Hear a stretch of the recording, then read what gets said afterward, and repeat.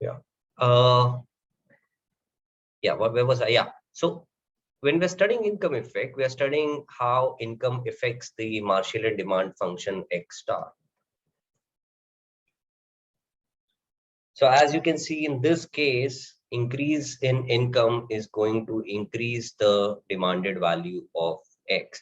Whereas in this case, the increase in income can lead to the demanded value of X to reduce. So this is the case where you have X as a normal good. And this is the case where X is an inferior good.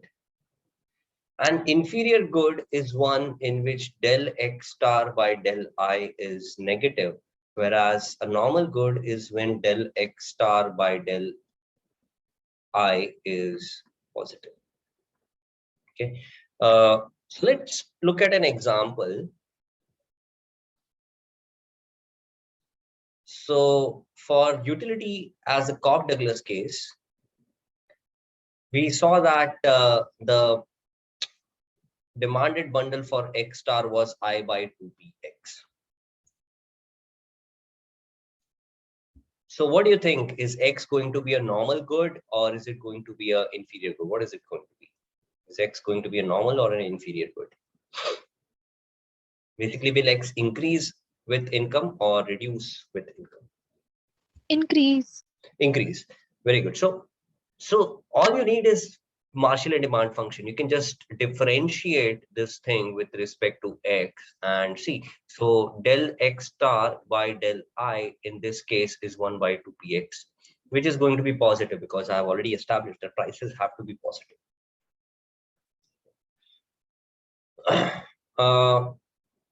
Del X star by del I is positive. So this is a case of income.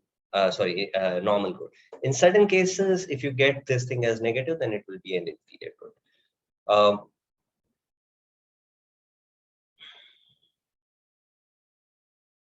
Okay. Now income offer and Engel curves. So income offer curve is as income increases, how does the ideal points change? So this curve will be your income offer curve for this particular utility function. For this utility function, the income offer curve will look like this.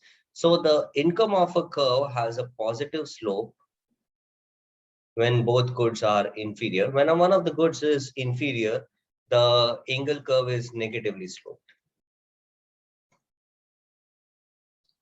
Okay, so the income of a curve has negative slope. Now, Engel curves are when you plot the amount demand for X as a function of income. So, for X, for the Cobb-Douglas case, we had X star equals to I by 2px. So this would be just a linear function like this, a function with a slope of 1 by 2px. Okay, so slope of 2px. I is on the vertical axis, so you can resolve this to get I equals to 2px times x star. So y equals to mx, right? This is your y equals to mx. X is quantity of good x. So m becomes equals to 2px. So that is going to be your slope. So the slope of the Engel curve is twice of px. So this is going to be positive for a normal good. For a inferior good, the Engel curve is going to be negative slope. So my question to you is, think about it and tell me, open question for anyone. In the two commodity case,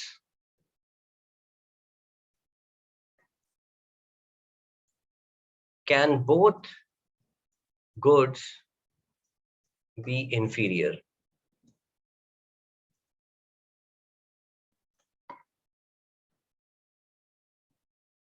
Simple yes or no question.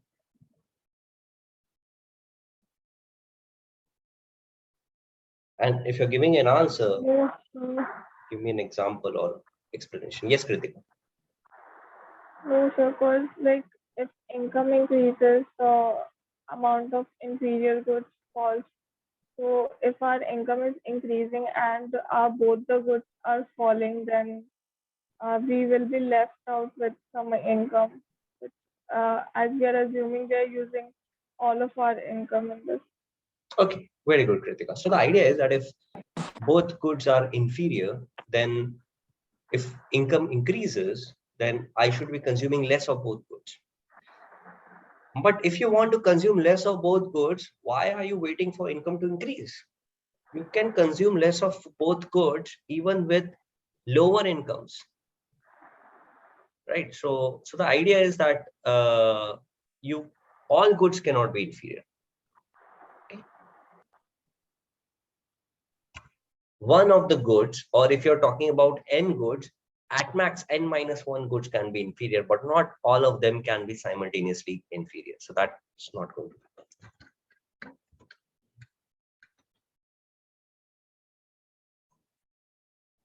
So that's about income effect. Now let's look at prices. What happens when prices change?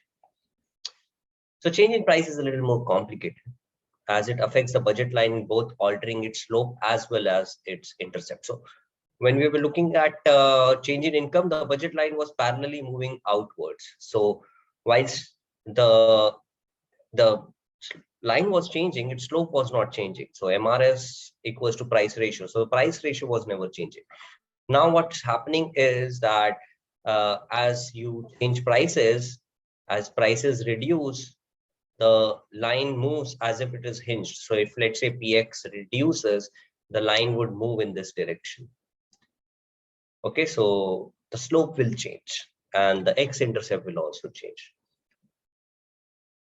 So we are going to break the effect of change in price into effects, a substitution effect and an income effect. So how does that work? So let us look at an example and try to understand this.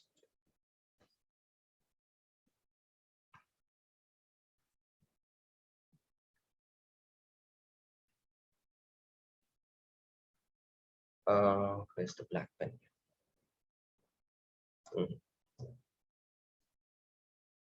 Okay, suppose this is your initial uh, budget line and your final budget line looks like this. Okay, and this is your initial indifference curve and this is your final indifference curve.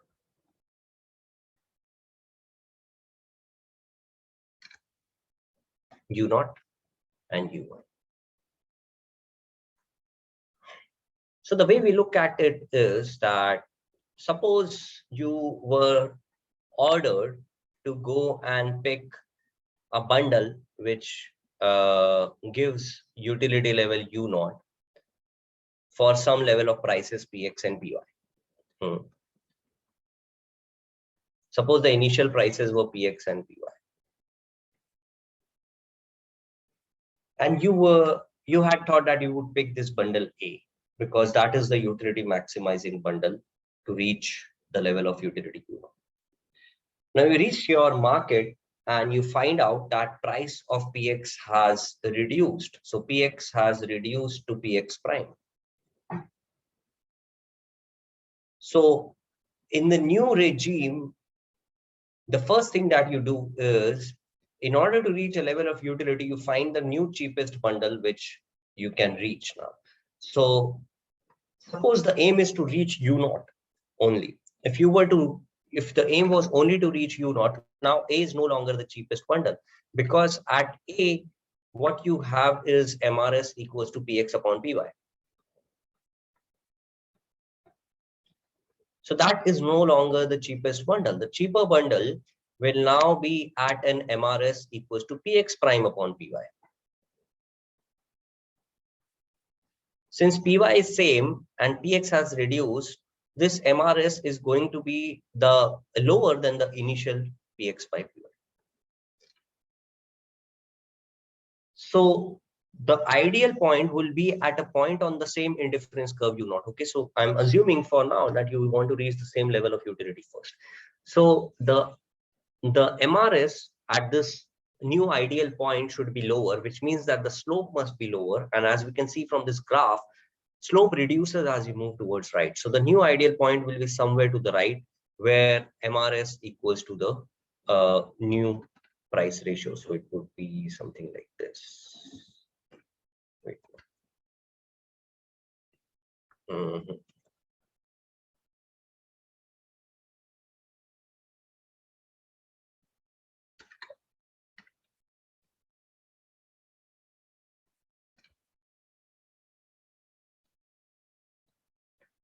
So at this point, you will have MRS equals to PX prime by P. So this is how the story goes. So you wanted to reach U naught and you had decided to purchase bundle A. You reach the market, you find out that the prices have reduced. Now, since the prices have reduced, you can reach the same level of utility now at a lower, sorry, at some other point B. So this is the point B that you purchase.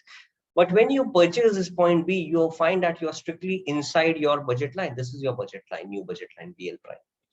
So you are strictly inside your budget line, which means that you have money left. Okay, so since you have money left, what you're going to do is that you're going to purchase more, and then you are going to shift out from this dotted line to this black line in a parallel way, like there was an increase in your income. There is no change in your income. It feels this step is going to feel like an increase in income, and then you're ultimately going to purchase this bundle. Let's call it C. Okay, you're going to purchase this bundle, which we call as C. So the first step is you move from A to B, and the second step is you move from B to C. So this first step is known as the substitution effect. It's called substitution effect because while reaching the same level of utility, you find out that B has become relatively cheaper. Price of X, sorry, X has become relatively cheaper because price of X has reduced, whereas price of Y is same. So the relative price of X has reduced. So X has become relatively cheaper. So you substitute some amount of X instead of Y.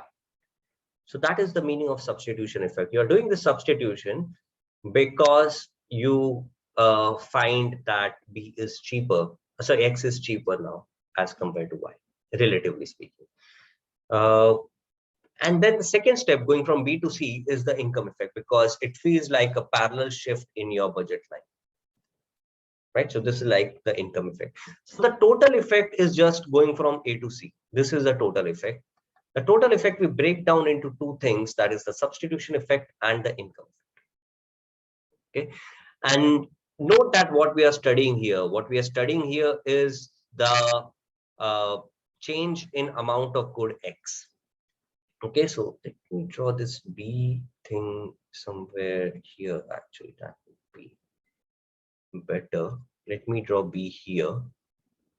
So this is substitution effect and this is income effect. So if I were to draw these vertical lines here, so this is my X naught, this is my X prime, and this is my intermediate position X tilde. Okay, so my X tilde minus X naught is my substitution effect. Okay, so this difference is my substitution effect and this difference is my income effect.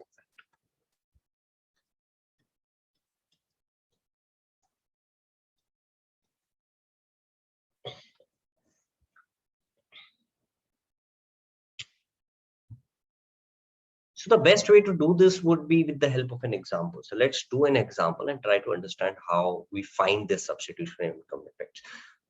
So note one thing, okay? So the final thing is going from A to C because in the final thing, the aim is not U naught, but we are breaking it down into two steps. The first step is keeping utility constant, and the second step is spending your entire income. So the first step is really a hypothetical step that we are constructing here, the beauty of which will become clearer in some time. Okay, so wait for a while. Right now, let's do the math and try to understand how this works. So let's take an example. Have I given this example here?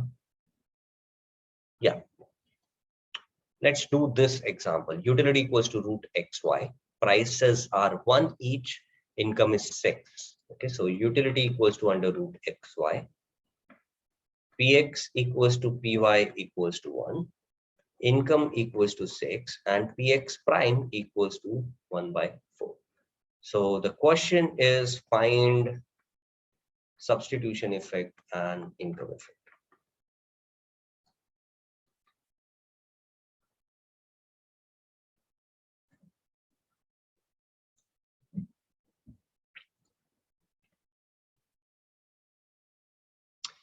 So let's do this particular problem. I'll do this one for you, and the next one I'll give you guys to do on your own because it's generally difficult. So it always helps to draw some figures. Okay, so let's say initially the budget line looks like this, and the final budget line looks like this.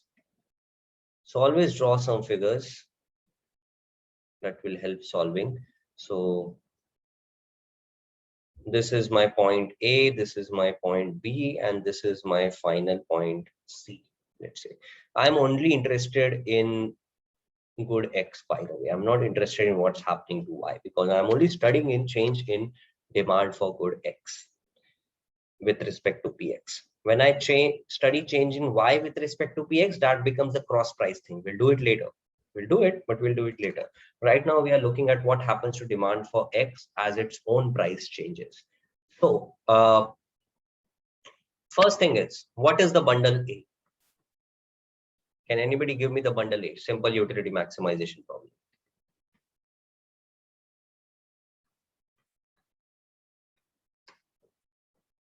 You do MRS equals to price ratio and satisfy the budget constraint for this prices.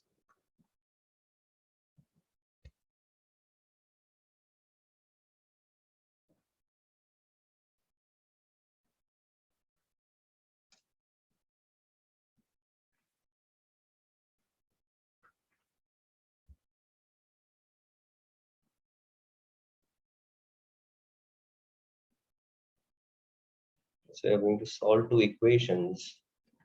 Equation number one is going to be MRS equals to price ratio. MRS is Y by X equals to 1. Equation number two is budget line. So PX, basically X plus Y equals to 6. 1 into X plus 1 into Y equals to 6. So you solve these two equations and give me X and Y. That's 3, 3. Very good, Kritika. So 3, 3. So point A is solved. Point C, give me point C. C is easier to solve. So in case of C, the first equation is MRS equals to price ratio. MRS is Y by X. This becomes now PX prime upon PY. So PX prime by PY is now 1 by 4. And equation number 2 is PX into X. So that is 1 by 4 into X plus 1 into Y is equals to 6. So give me the bundle C.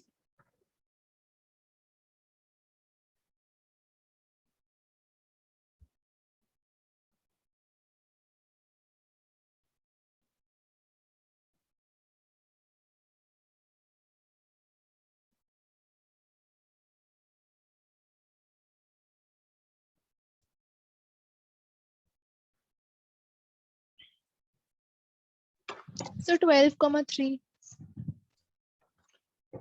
Okay, 12,3. Is everybody with me till this point? If anybody has a doubt in A and C, this is the time to ask.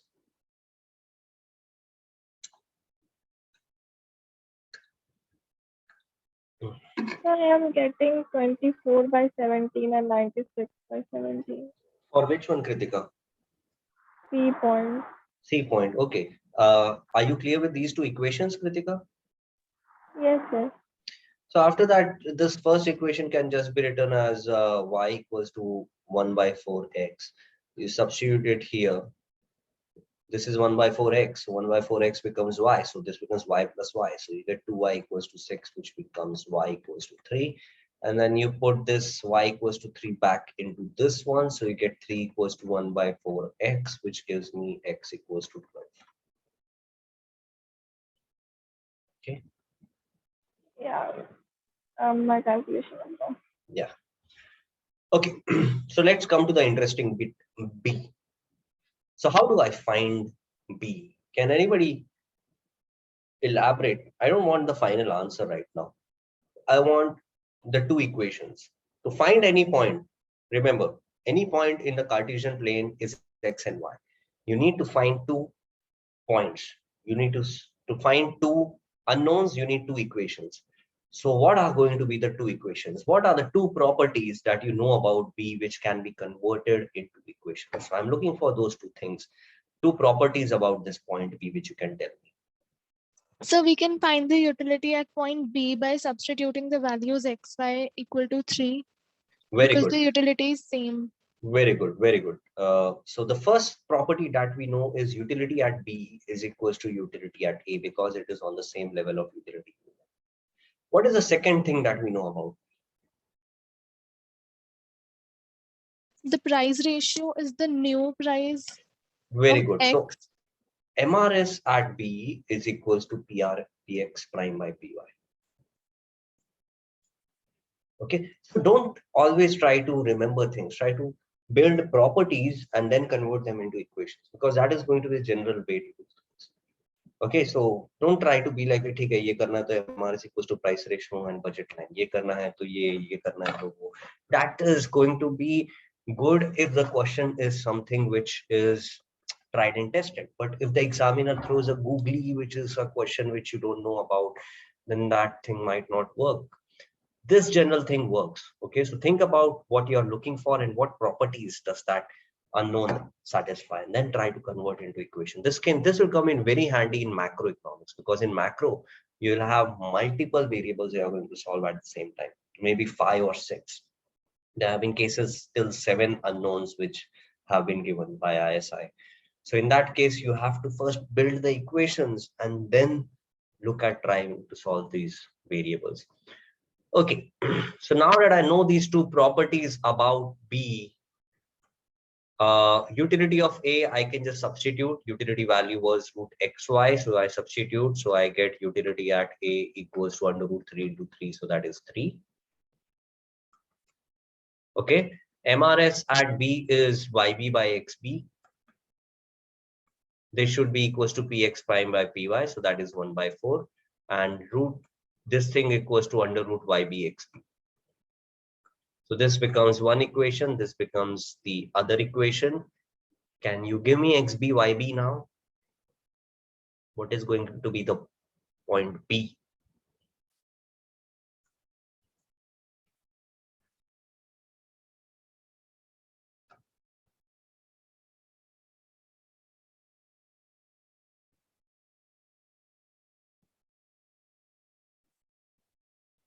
Three by 2 comma 6. Okay. 3 by 2 comma 6. Okay, seems to be satisfying both the equations.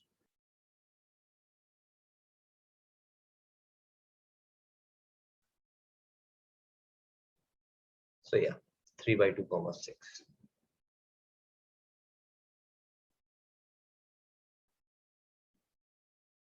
Is it 3 by 2 comma 6 or is it 6 comma 3 by 2? 6 comma 3 by 2. Yeah, it is 6 comma 3 by 2. Yeah. Okay, YB should be 1/4 of X. So now I have my 3 points. Okay, and that is all I needed. So point A is 3 comma 3. Let me write down the 3 points now. Point A is 3 comma 3. Point B is 6 comma 1.5. And point C is what was it, 12 comma 3. And now let's focus on just good X. So this change of 3 units is my substitution effect, and this change of 6 unit, it's my income effect.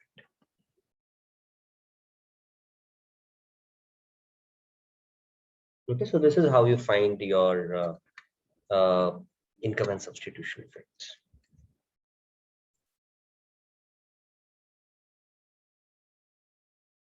Okay, so I want to give you guys a problem.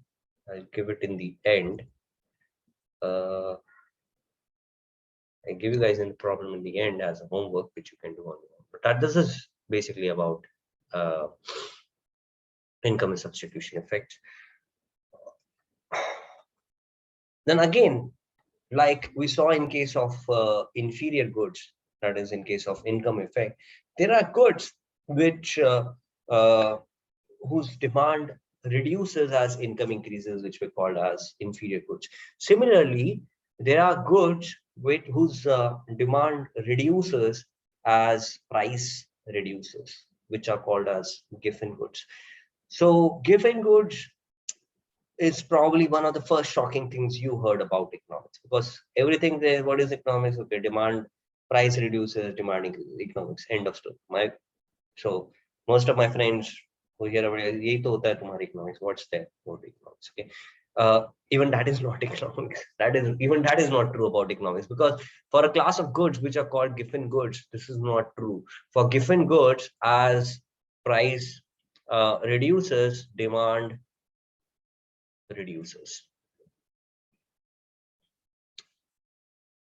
Okay, so this thing was basically observed by an economist called Giffen from UK, who saw that as prices of potatoes were reducing, the demand for potatoes was reducing. So potatoes came across as one of the first Giffen goods in history.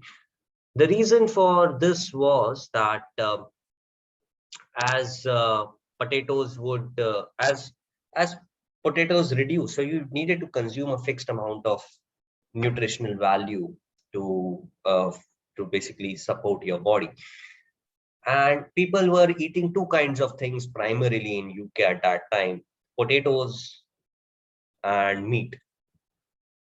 Okay, and they preferred meat, but they had limited income.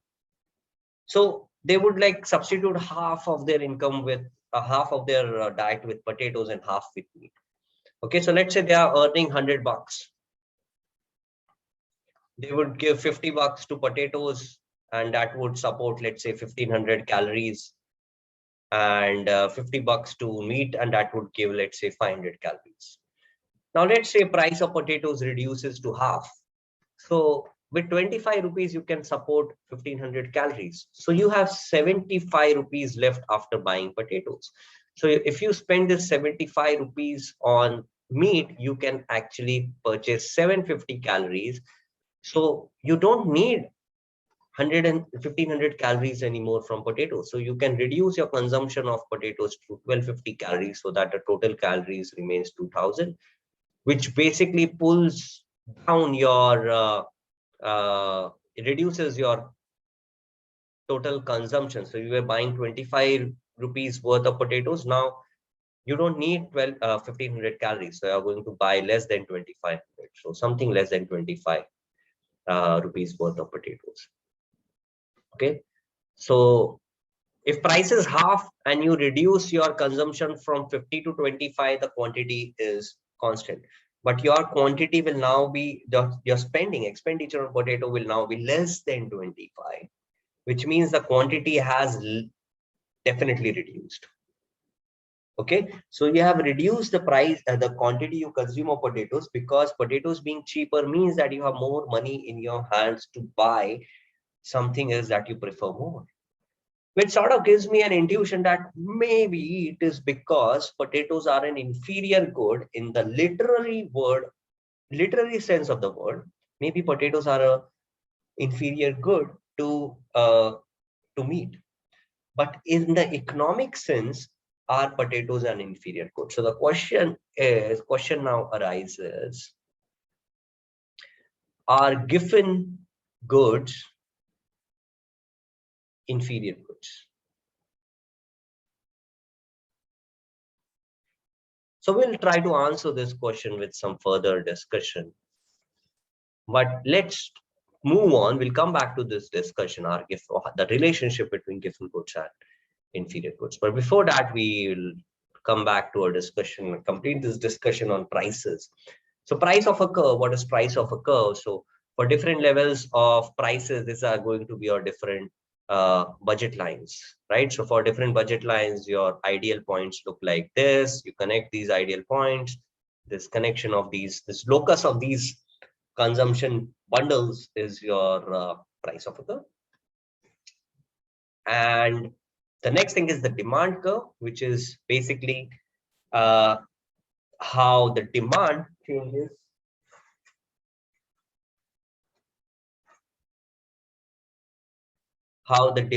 changes with respect to price. Okay, so it's downward sloping for a normal good. For an inferior good, things are going to be different. Have I given it for inferior good? No, I haven't. So for an inferior good, the price of a curve would sorry, for an inferior good, the demand curve will look like this. Okay, so this is the demand curve, which is the most important thing that we are going to carry forward from consumer theory. Okay, so demand curve is the key to interaction between the consumer and the producer. The producer changes prices, the consumer changes his demand according to those prices. So this is the interaction between the consumer and producer, which will be leading to the equilibria that we are going to study. So what is demand curve really? So demand curve, to obtain the demand curve, as you can see, this font is very low, small, but this is x at px, comma py bar, comma I bar. So you take your Marshallian demand curve, keep py and I as constant, and as you vary px, it gives you your demand curve. So for example, suppose your Marshallian demand curve, like in the Cobb-Douglas case, is x star equals to I by 2px. So let's say income is fixed at $100. So this becomes 50 by px. So x equals to 50 by px becomes the demand curve of this guy.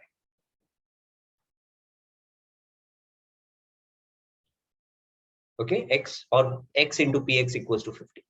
You can write it either way, but generally it's written as x equals to 50 by px, x as a function of px and I. For some other guy, it could be something else. Here, py is not a factor at all. In some other utility function, py would also appear.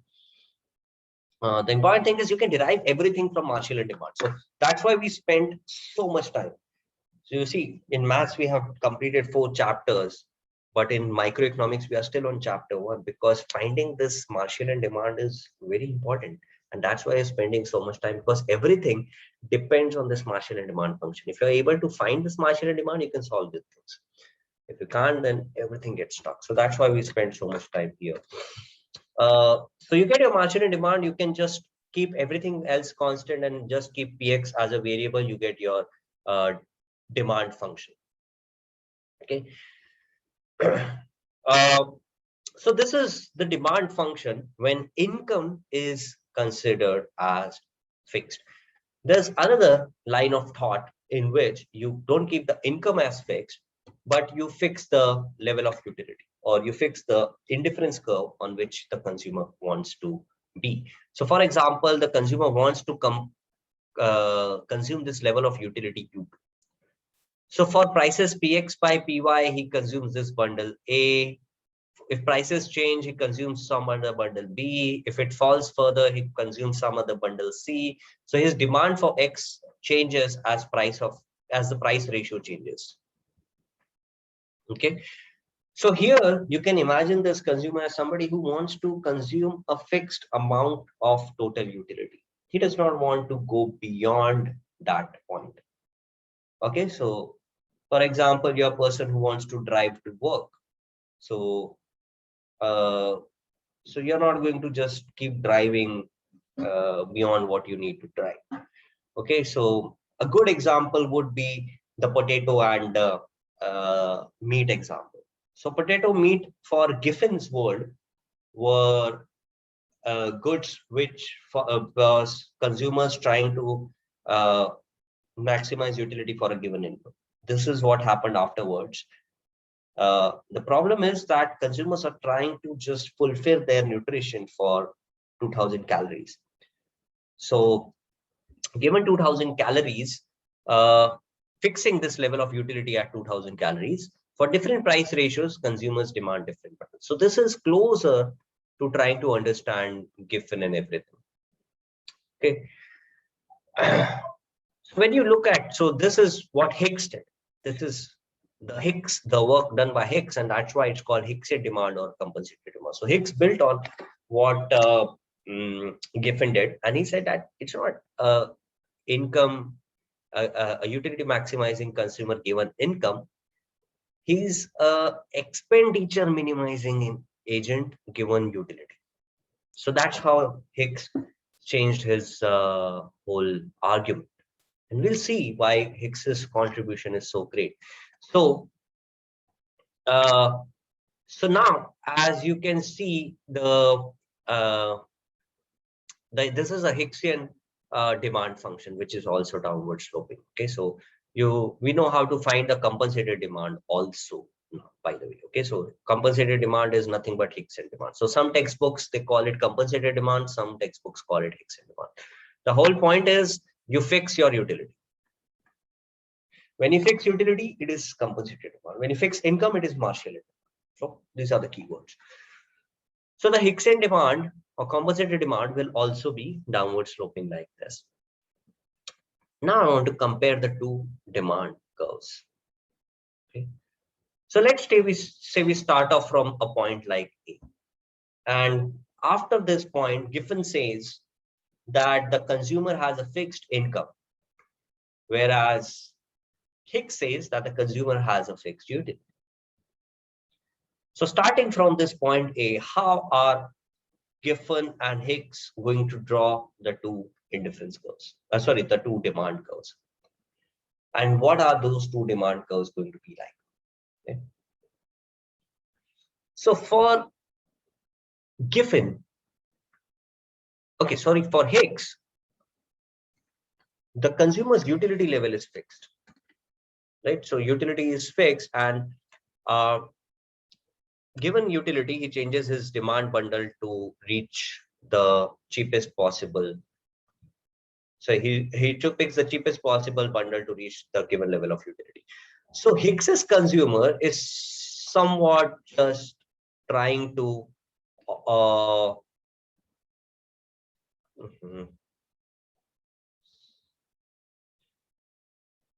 he's going from point A to a point B like this on the same level of utility U naught.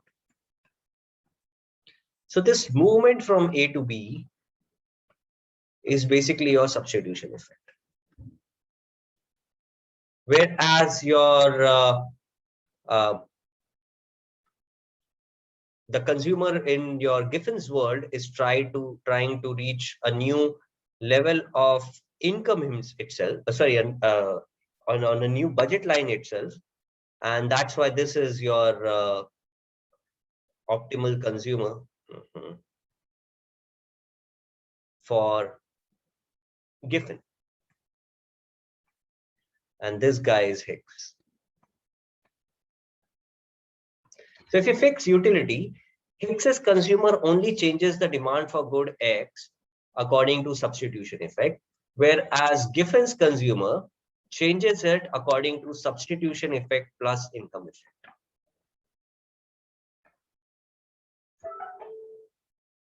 Okay, so what Hicks is saying is that this guy is not doing substitution plus income. He's only doing substitution. That's why we have broken down into two steps. So when you fix utility, only substitution effect happens. Whereas when you fix income, substitution plus income happens. So definitely for a normal good,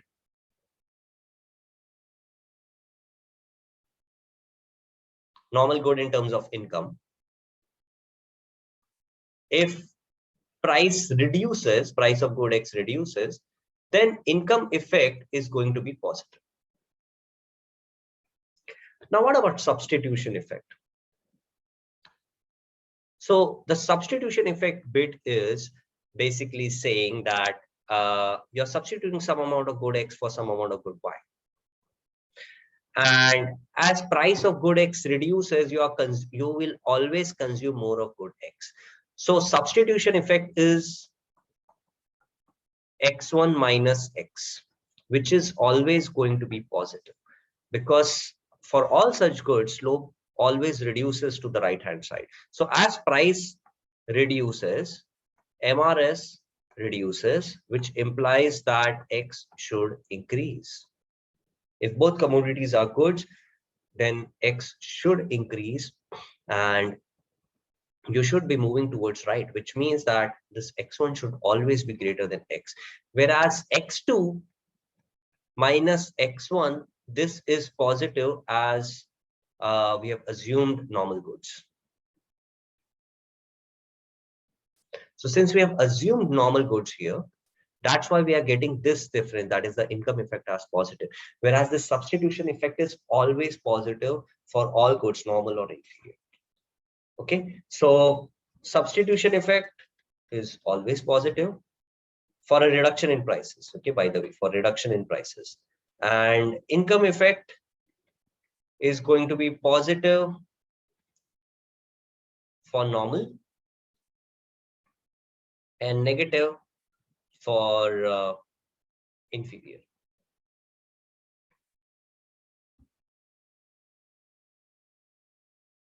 So let us consider a normal good right now, and let us think that the good is normal, and then look at the two curves. So starting from here, I'm going to analyze the part where price of good X reduces. So when price of good X reduces, the Higgsian consumer only changes according to substitution effect, whereas the Giffen consumer, he changes by substitution effect plus income effect. So for the same reduction in prices, Giffen's consumer is going to increase his consumption of good X by a larger amount. So that's why the demand function is going to be have a slope which is flatter than the compensated demand function. This is important. Okay, this is crucial to understand that when you fix utility, only substitution effect is being counted, whereas when you fix income, substitution plus income is being counted. Okay. Now, what happens in case of inferior good?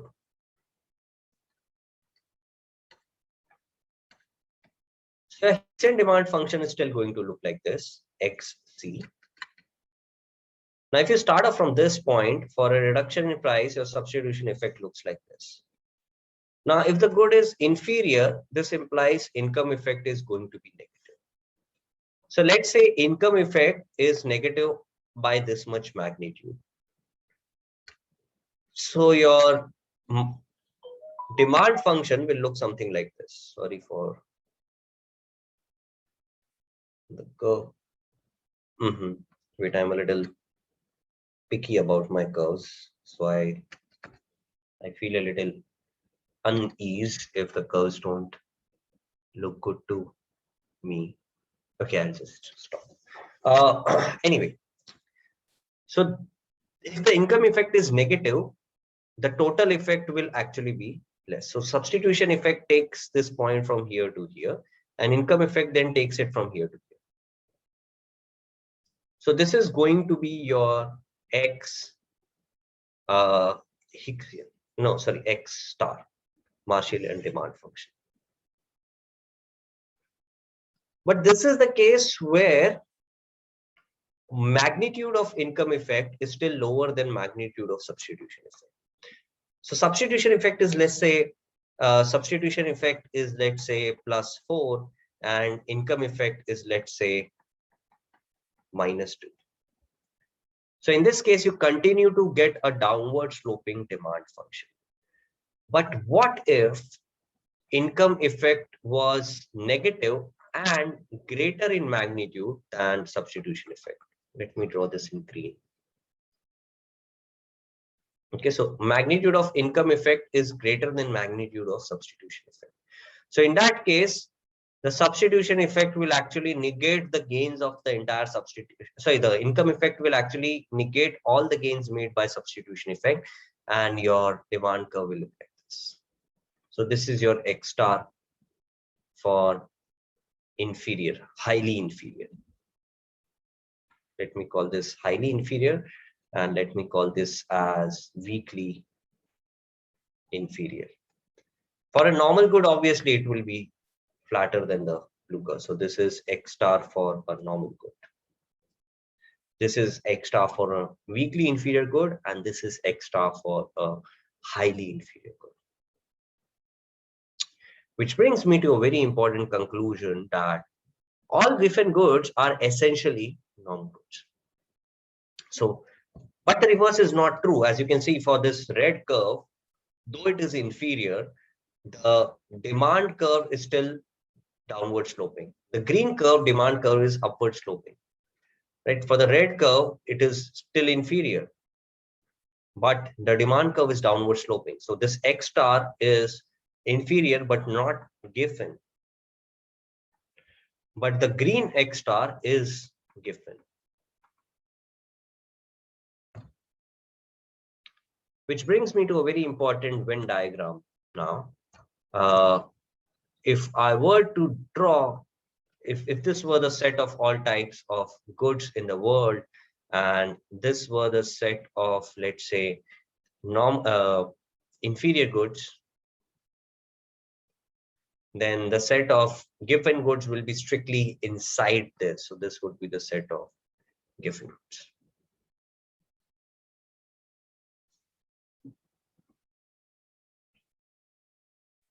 So what Giffen said is that what Hicks said is what Giffen was seeing was not anything new. What he was seeing is the good was being highly inferior. Potatoes were considered highly inferior as compared to meat.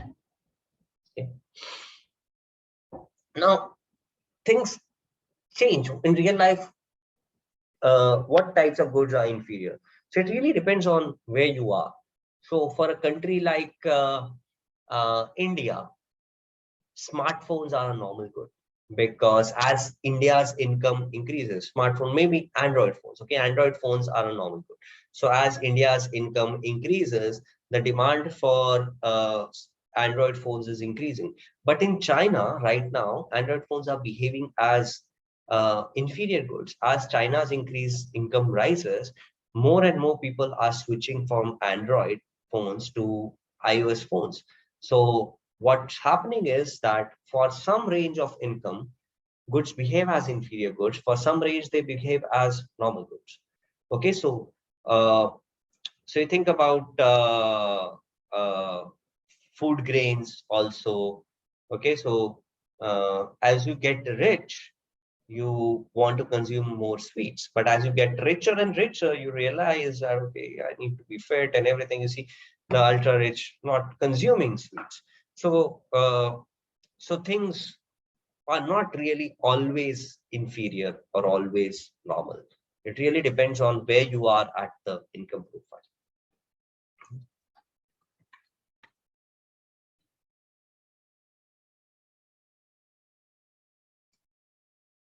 Okay, so we have Marshall and demand elasticities now. What else is remaining after this? Okay, welfare is left. Welfare is interesting. Reveal preferences is substitutes and complements. Okay.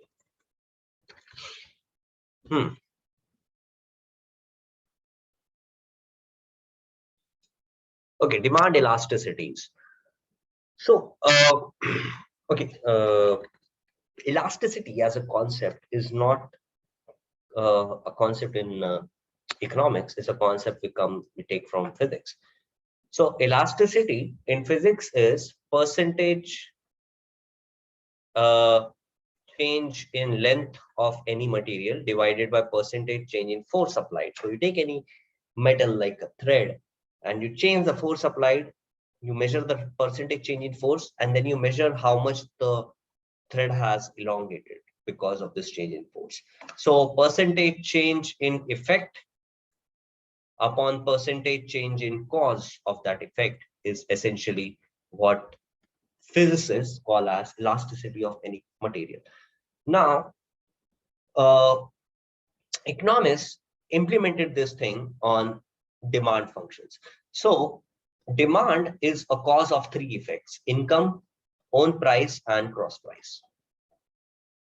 So what economists did is they said that we can change each of these forces which is causing this effect, that is demand, and see how this demand changes as these three forces change. So percentage change in demand as a function of percentage in price came to be known as price elasticity of demand. Okay, now what is percentage change? Percentage change is basically delta x by x into 100, delta px by px into 100. So you can cancel out the hundreds. So this becomes delta x by x upon delta px by px, which for very small changes can be written as del x by del px, sorry, del x by x upon del x by del px by del px. So wait, speaking of a tongue twister here. So for small changes, this becomes del x by x upon del px by px, which you can rearrange to get this format: del x by del px into px by x. Okay. So suppose x star was I by 2px. So what is price elasticity? Okay, so remember the price elasticity of demand is del x by del px into px by x. So what is going to be the price elasticity?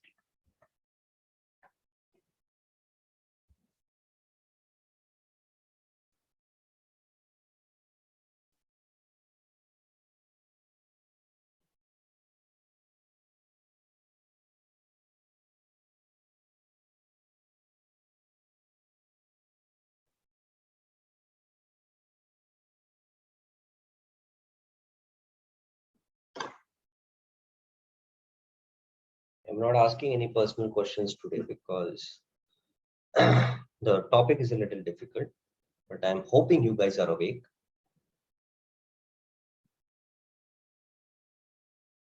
You have to partially differentiate x and then multiply it with px by x.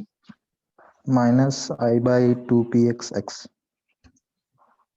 Okay, so you're saying minus I by 2px into x. And what if you substitute this x as this thing? So -1. Very good. Okay, so -1 is the elasticity. So del x by del px. So when you're differentiating I by 2px, so x equals to I by 2px, right? So you can write this as k by px or k into px by to the power -1. So del x by del px will be equal to k times -1 times px to the power -2, where k is basically I by 2. So this becomes minus I by 2 px square into px by x, where this x again can be substituted as I by 2 px. So px से px मर गया, px से sorry I से I मर गया, px से px square मर गया, 2 से 2 मर गया, but you're left with this -1. So price elasticity of demand for this case is -1. So this is how you find price elasticities. Okay, so I can give you different things and you can find their price elasticities accordingly. So for example, you have the perfect complements case. So the marginal demand for perfect complements case is I by Px plus Py.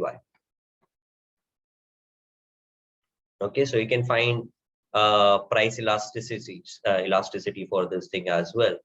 Okay, so that is going to be something that you do on your own. Try to find its price elasticity.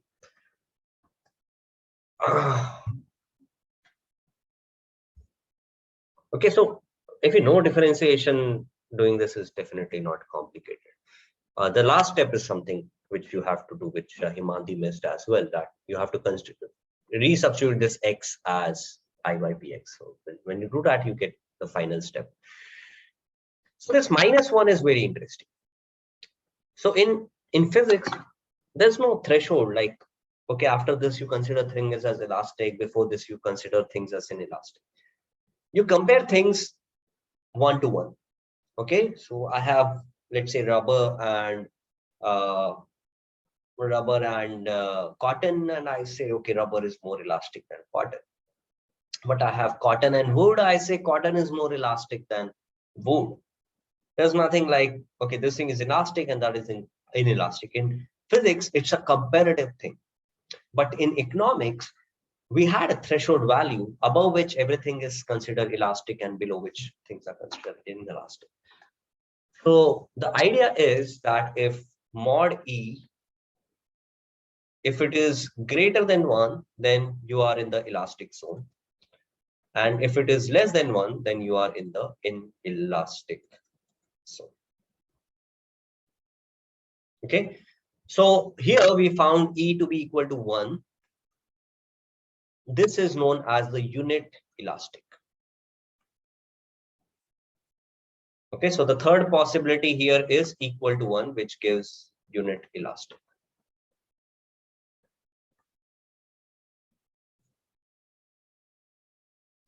Also, you're getting this negative. Why am I getting this negative sign here? The reason I'm getting this negative sign here is, so elasticity is percentage change in demand upon percentage change in price of X, which I'm getting as negative. Which means that if price of good X increases, then demand for good X should reduce and vice versa. These things should go in the opposite direction. Okay. So,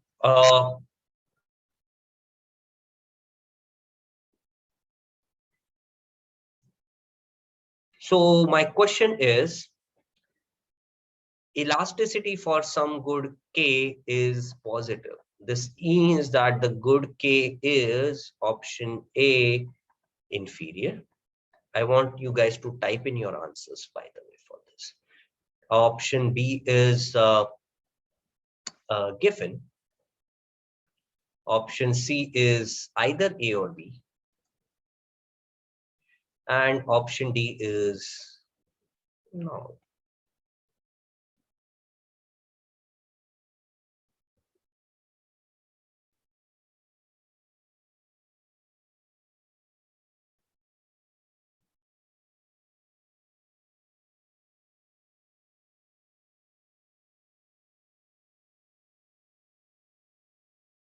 Okay, type in your answers, think about it, think about what we studied about given goods, and then you type your answers. I've not seen any answers till now.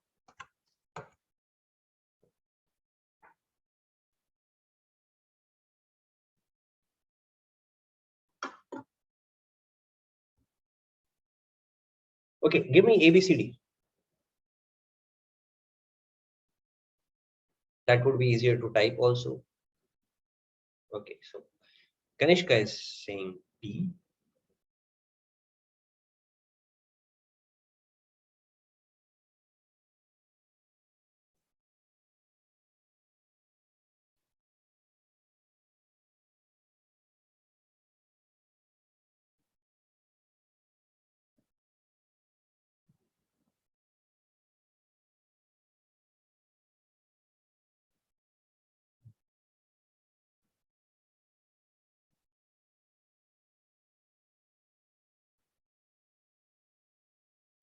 Okay, I'll change option D. Obviously, nobody's going to give option D. So what I'll do is I'll make this as something else. Okay, I don't know. so that people who are still unclear about the topic can choose.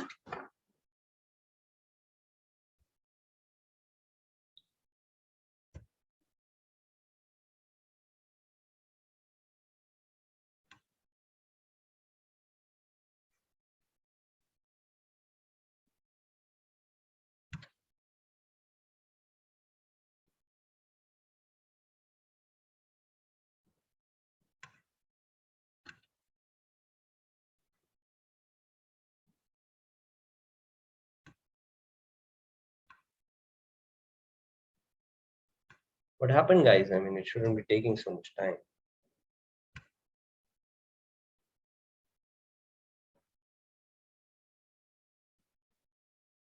Okay, it's taking way longer than I anticipated. Maybe you think this is too complicated. Okay, elasticity is del x by del px into px by x, and I'm saying that this thing is positive. So del x by del px is positive. Now I told you in case of demand curve is negatively slope for normal goods and positively slope for given goods. So if this thing is positive, then it's definitely given goods. But I also told you that all given goods are normal goods. So actually this should be A and B, both A and B. I'm a little bad with my English here, but both A and B. So both A and B. So yeah, they are given goods, but because they are given goods, they are also normal good, inferior goods. So that's why the correct answer here would be both A and B. Okay. So these are the kind of questions you can expect in exam from this particular topic.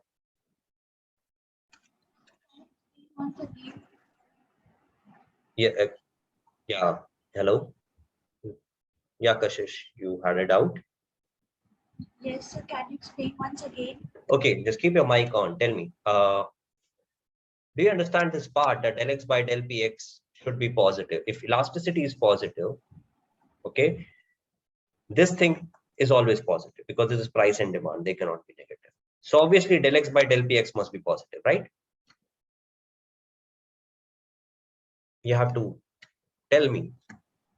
Do you understand this? Yes, sir. Okay. So Yes, sir, my network is.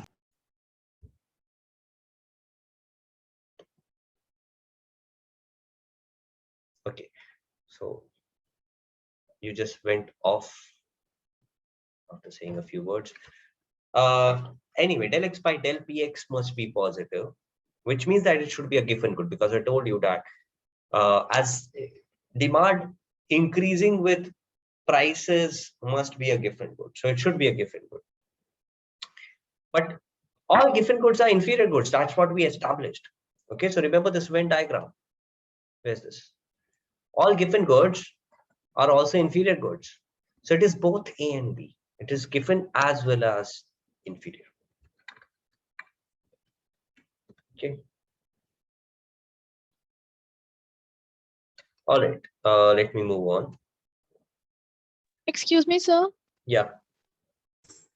So, but the inferior goods are the one which, for the ones, the del x by del, with respect to income, they are negatively sloped. That's a different story. I'll come to that. But the point is, from this entire discussion, we established that your substitution effect. Okay, what is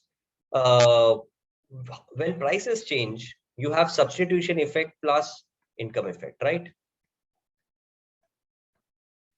We established basically Hicks established that substitution effect should always be positive for price reduction. For reduction in price, substitution effect is always positive.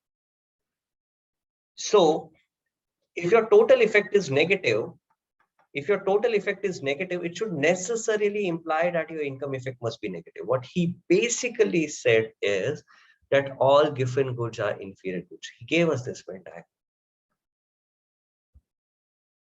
So mathematically, you can show that if del x by del px is negative, sorry, if del x by del px is positive, it would imply that del X by del I is negative. I'm not going to the mathematical proof. What you're saying is correct, that I have established only del X by del Px being positive and not del X by del I. But this mathematical relationship was given by Higgs, which I've done only through this graph because the mathematical proof is really too complicated right now. We don't want to go there. We don't want to waste so much time. But the important thing here is to remember that given goods are a subset of inferior goods. So if something is given, it has to be inferior. The reverse is not necessarily true. Okay. Yes, sir, clear.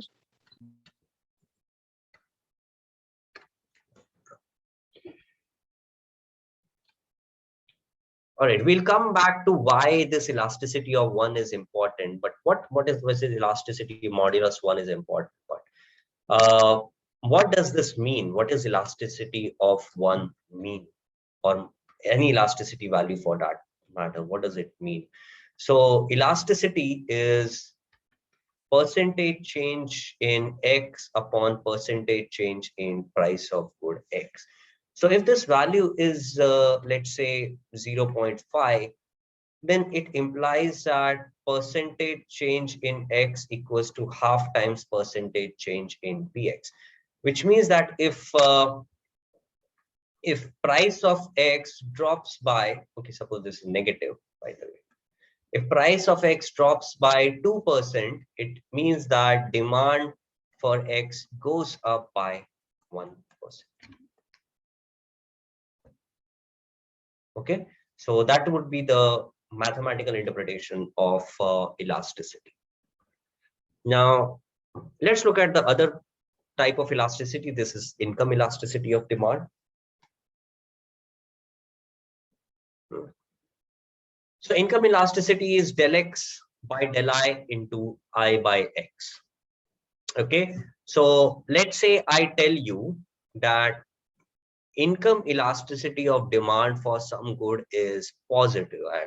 I really expect everybody to give me an answer right now, this time. Okay, so what is good X? Option A is inferior.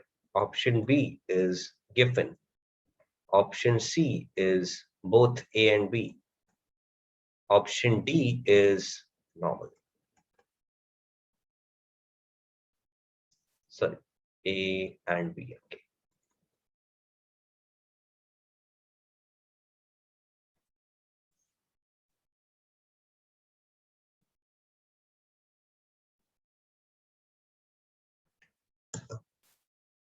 So inferior.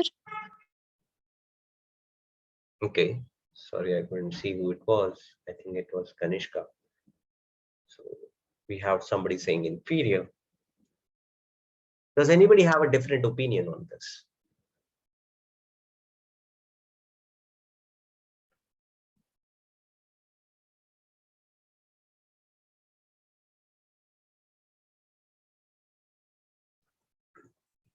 Okay, E of X comma I being positive means what? This thing is positive. Now I and X are obviously positive. So it means del X by del I is positive. So demand increasing with income, is it true for normal good or is it true for inferior good?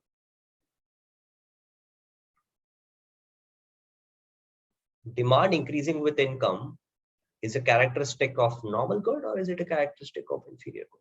So normal. Yeah. Okay, so that's a trick question. Okay, so I tried to trap you by giving a first example negative and then first example positive. But this is essentially all there is about elasticities. Okay, obviously elasticity is not asked by these exams. Sadly, it's a beautiful topic. They could make questions like these, probably make you think about these notions, but they rarely ask anything related to elasticity. Though it's in the syllabus, I have never encountered any question, I guess one or two questions regarding elasticity of monopoly. So we'll reach there. We'll talk about it when we reach there, but elasticity of consumer is rarely asked. Then we have cross price elasticity. So cross price elasticity is change in X with respect to price of Y. Okay, so this is cross price elasticity. Now let's look at why this mod E equals to 1 is so important. All right, so total spending on any good X. What is this total spending? So total expenditure on good X done by all the consumers is total demand for good X into price of good X. Now suppose I want to look at how this changes with respect to price of good X. So this is going to be X plus Px times dx by dpx.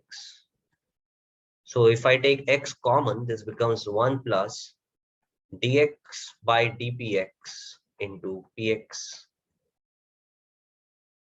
by x, which is basically elasticity of demand, own price elasticity of demand.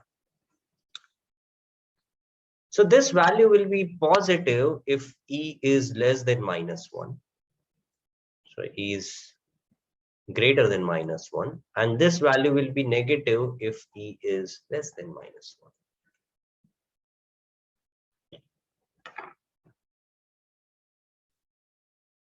Right. So E equals to -1 becomes crucial. So let's take the case where E is greater than -1. So in this case, what we have is that this value is positive.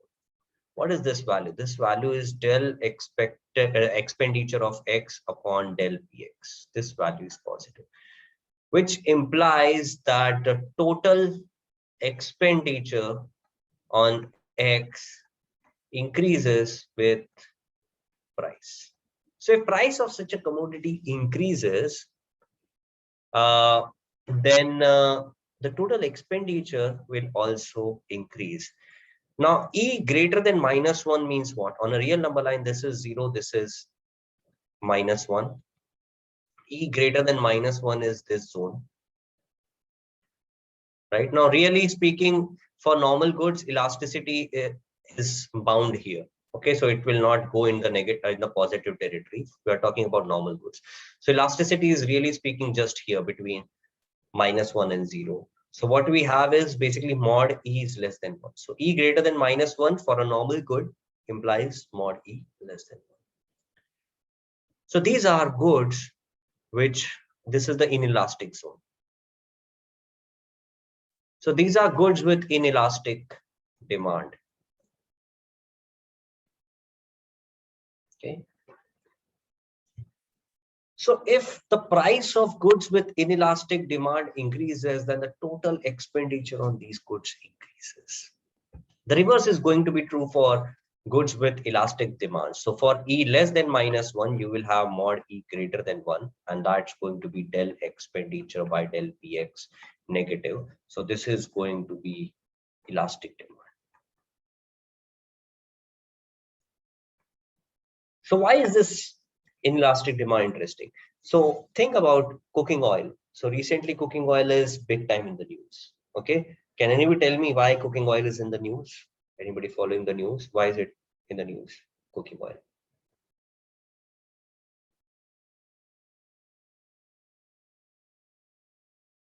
Why is petrol in the news these days? Price increase of Very good. cooking oil was very shooting up. Yeah, exactly. So price increase in cooking oil is a thing. Why is it a thing? Because in cooking oil, petrol, these are recently LPG prices became a thing. So all these things, prices are increasing, and it's a thing because these are inelastic demand. Things like clothes, you never come across a news article which says that prices of clothes are increasing. Maybe it is, maybe it's not. Nobody's interested. You will not find data about it. The reason being, these are elastic demand examples. So when goods have elastic demand, if the prices increase, I'll not buy them. I'll buy less of them. If I'm buying 10 jeans in a year, let's say, then if the prices doubles, I'll buy less than 5 jeans. That is how it's going to be. I'll buy 3 or 4 jeans. Maybe one, maybe none. But my total demand will come down in such a way that total expenditure on jeans reduces with the as price increases. But that cannot be true of things with inelastic demand like cooking oil. So if oil becomes costlier, cooking oil becomes costlier, you cannot go like I'll have boiled vegetables now. Okay, I'm done with cooking oil. Okay, onion goes costly, you cannot become all giants. Okay, you cannot be like. So that's why onion prices are so important. There are studies which actually link onion prices to outcomes of elections. Onion prices affect elections in India. That's how important they are. And that's why they are so crucial. Petrol prices, obviously, they affect elections big time. You see, government does not increase petrol prices for a month before elections in any state because it affects the outcome of elections. So inelastic goods with inelastic demands are something which consumers care about, because if the price increases, the consumers will have to pay. Okay. So that is why this elasticity of one is important. Now, elasticity of one, that is called unit elastic. So what is the meaning of that? For E equals to -1, what we have is that the expenditure does not change with risk. So if you put E equals to -1 here, what you get is del X by del PX 0. So for unit elastic things, if price goes double, my consumption goes exactly half, so that my total expenditure on that commodity remains constant.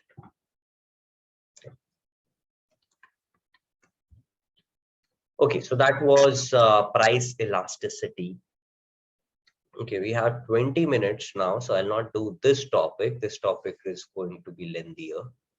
Let me do revealed preferences and substituted complements if time permits. So I'll do that one topic later. I mean, I wanted to complete it. If I would have started earlier, maybe I would have been able to. Let's not. Let's discuss it later. So what are revealed preferences?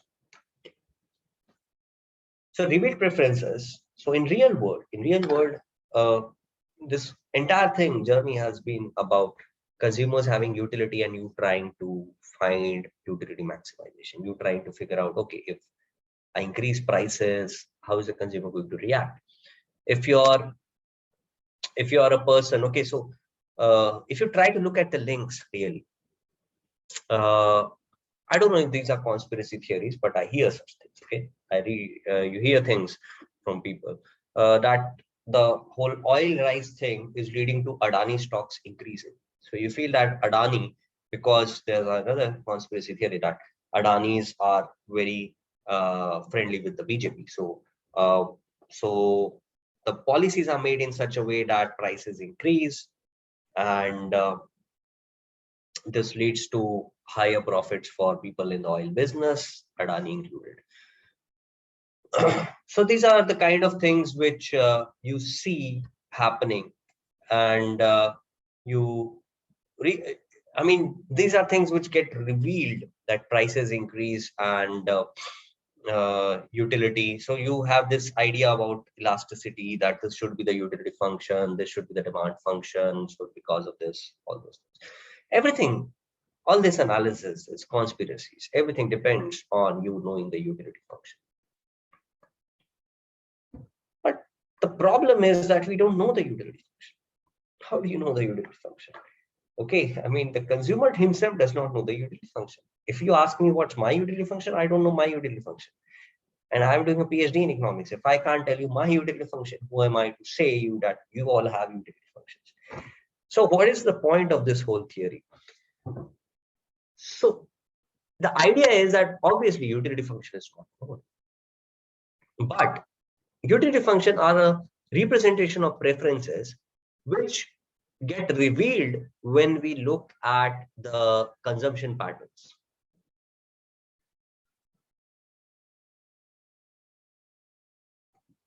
Okay.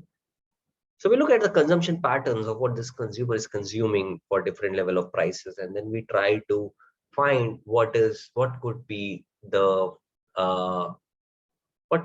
utility function of this guy.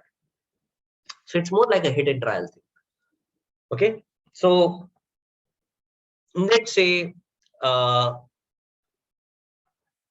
for some particular consumption set like this, we begin by assuming that a person's ICs, they look like this for some particular utility function. And then budget line can be predicted. If you let's say know that this consumer has, let me draw this thing, okay. And one more. Suppose we assume that the consumer had this budget line. Okay, suppose I saw him consuming this bundle. A. So if I saw him consuming this bundle A, and I know the price of prevalent in the society when this purchase was made. Suppose I am Amazon. Okay, suppose I am Amazon. And you are a consumer who's only buying from Amazon. I'm Jeff Bezos. Okay, and yeah, I would want that. Why not? But assume I'm Jeff Bezos, and I know what you're consuming. I know what prices I'm selling at. So if I know what bundle you bought in this month, I know exactly what was your budget to spend on things. So if somebody comes to me and says me that your utility function looks like this, I say that's not true, because if that would have been true, then for this budget line which passes through A, you should have been consuming this bundle. Okay, how do I get this budget line? Okay, so suppose I see you consuming XA amount of good A X and YA amount of good Y when prices on Amazon were PX comma PY. So I know that the budget line is PX into XA plus PY into YA. This is your budget, which you were willing to spend on commodities. This should be equal to PX into X plus PY into Y. So this becomes your budget line. So I know for a fact that if you were purchasing bundle A and these red lines represented your ICs, then bundle B would have been a higher utility bundle for the same amount of expenditure for you.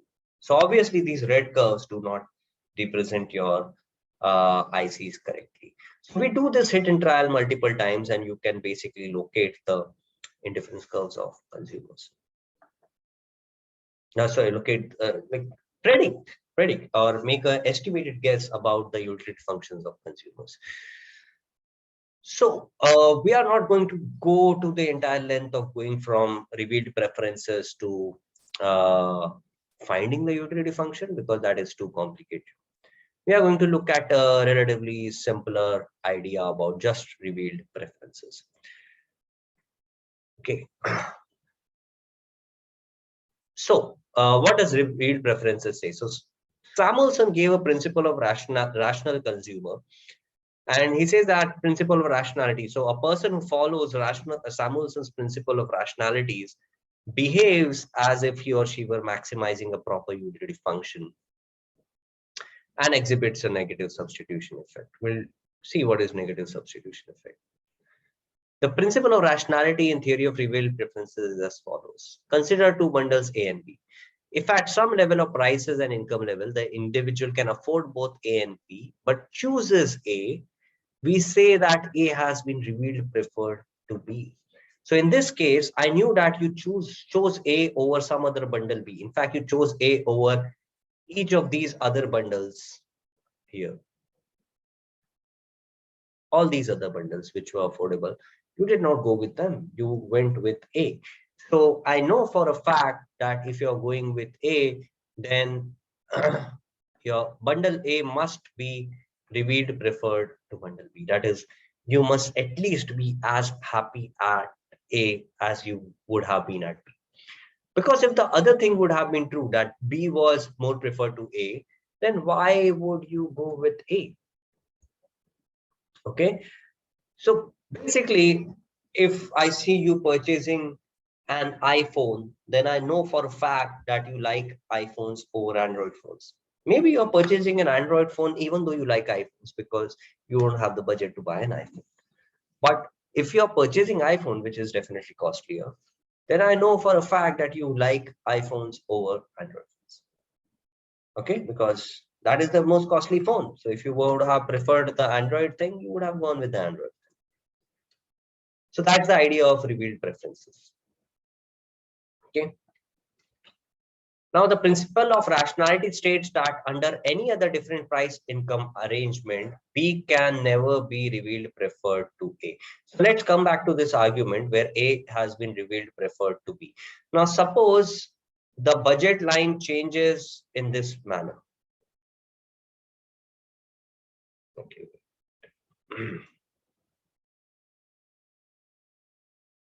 Suppose this is the new budget line. A is still affordable. B is now inside the budget line. So it is also affordable. So even in this case, you should continue to see the consumer not purchasing B. You may see him consuming some other bundle C here, but it should not be that if budget line changes, this guy now starts buying B. So that cannot happen. B cannot be purchased. That goes against rationality. Okay. So what rationality says is that if today you are buying iPhone over Android phone, and let's say 2 years down the line, you are still able to afford both the types of phones, you will still buy iPhone over Android phone. Okay, that's rationality in the cross time framework, in the sense that we are not allowing your preferences to change with time.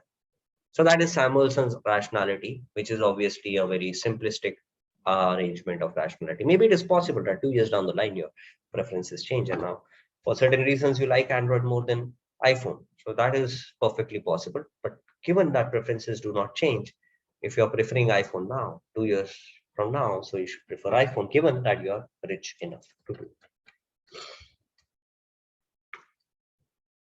Okay.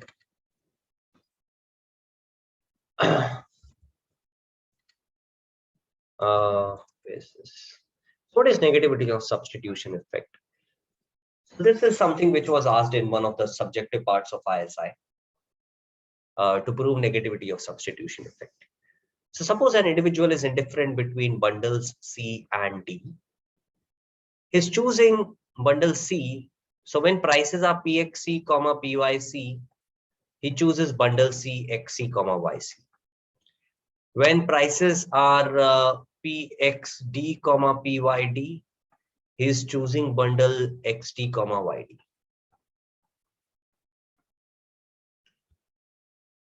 So so what I know for a fact is when the prices were this, okay, and I'm saying that he's indifferent between C and D, okay, so he's indifferent between C and D. So C and D lie on the same indifference curve. So when prices were this, buying D could not have been cheaper than buying C. Because if D, you're indifferent between D and C, and D is cheaper, you would definitely go with D. But I see that when prices are C, you are going with bundle C. It means that expenditure for bundle C, let me say this is time period 1, this is time period 2. So expenditure on bundle C in time period 1 should be less than or equal to expenditure on bundle D on time period 1, which is this thing. Okay. The reverse thing should be true. D in time period 2 should be less than or equal to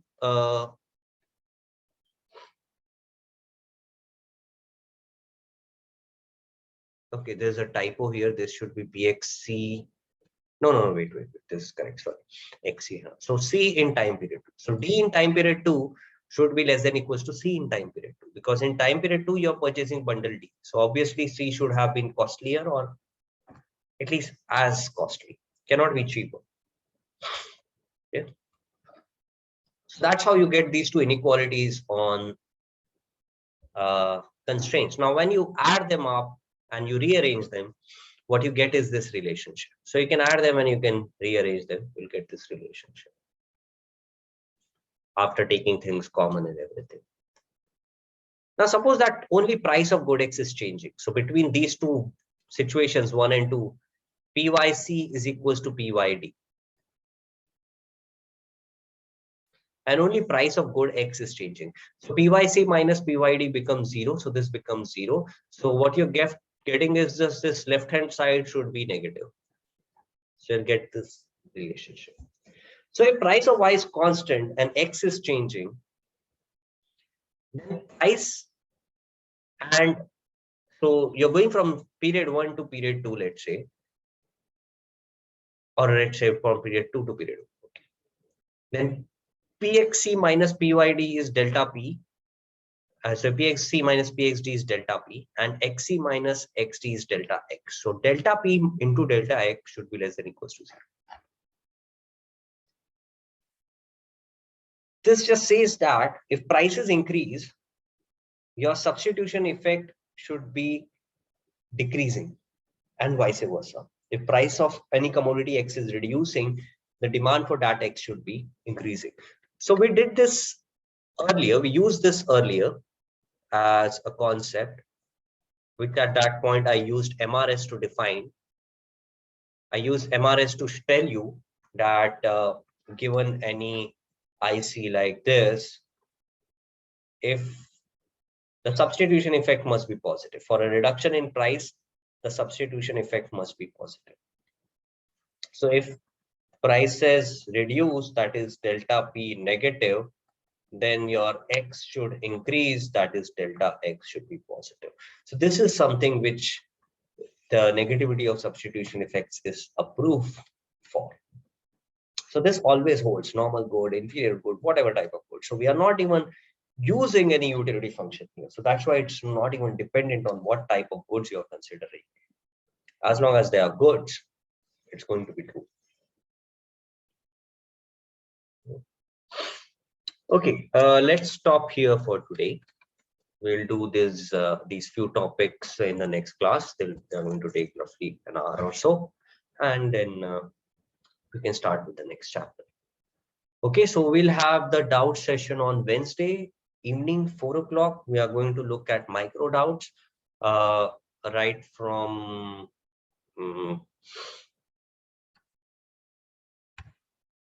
we are going to look at micro doubts, and also I recommend you all to look at the solutions before that. So I hope you guys know where the solutions are.